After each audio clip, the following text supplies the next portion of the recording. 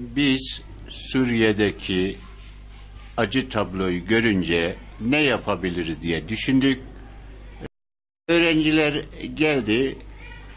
Müdür bey, biz böyle bir şey düşünüyoruz. Biz Suriye için yardım düşünüyoruz. Nasıl olur?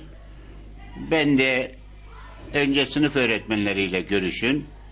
Akabinde sınıf öğretmenleriyle görüştükten sonra bana gelin. Ve o şekil yaptık. Sınıf öğretmenlerini yönlendirdik.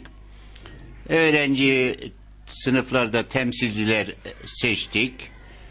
Hep bir araya gelerek bu yardımı başardık.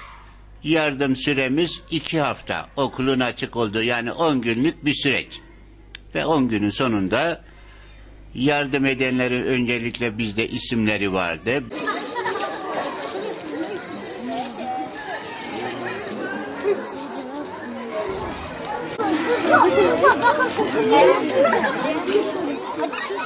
Bir dakika daha hocam.